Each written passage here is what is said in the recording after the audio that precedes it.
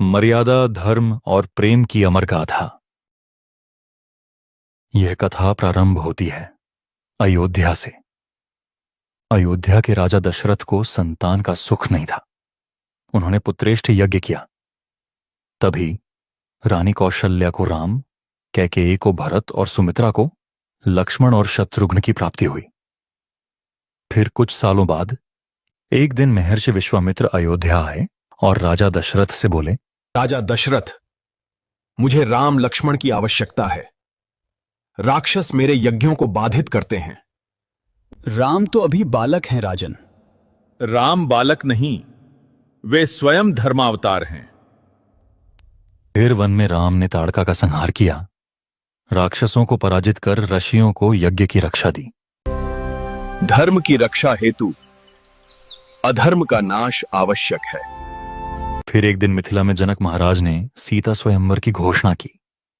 शर्त एक ही थी, जो शिवजी के विशाल धनुष को उठाकर उसे तोड़ेगा, वही सीता का वरण करेगा। राजाओं और वीरों ने प्रयास किया, पर धनुष हिला तक न सके। और तब राम भी वहां पहुंचे। राम भी धनुष के पास आते हैं। हे प्रभु शिव, आपकी कृपा से ही यह संभव होगा। राम धनुष उठाते हैं और जैसे ही खींचते हैं, धनुष टूट जाता है। महानायक राम ने शिव धनुष तोड़ दिया। सीता अब राम की अर्धांगिनी होंगी। प्रभु, मैं आपको पति रूप में वरण करती हूं।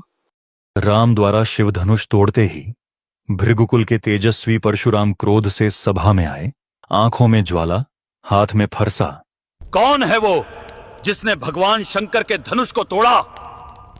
मैं उसका घमंड अभी चूर कर दूंगा। भगवान, धनुष अपने आप टूट गया। मेरा उद्देश्य अपमान करना नहीं था। यदि तुम वीर हो तो यह विष्णु का धनुष तानो। राम सहजता से धनुष उठाकर तान लेते हैं। परशुराम आश्चर्यचकित होकर देखते हैं। राम, अब मैं तुम्हें पहचान गया हूं। तुम साक्षात विष्णु के अवतार हो। मेरा क्रोध शांत हुआ। राम और सीता के विवाह के बाद आखिर वह दिन भी आ ही गया, जब अयोध्या के प्राण रघुकुल के गौरव राम का राज्याभिषेक होना था। सारा नगर दीपों से जगमगा उठा। हर मुख पर मुस्कान थी और हर हृदय में राम के राज तिलक का उत्सव। पर नियति ने इस उत्सव में दुख की छाया डालने का निर्णय कर लिया था। महाराज,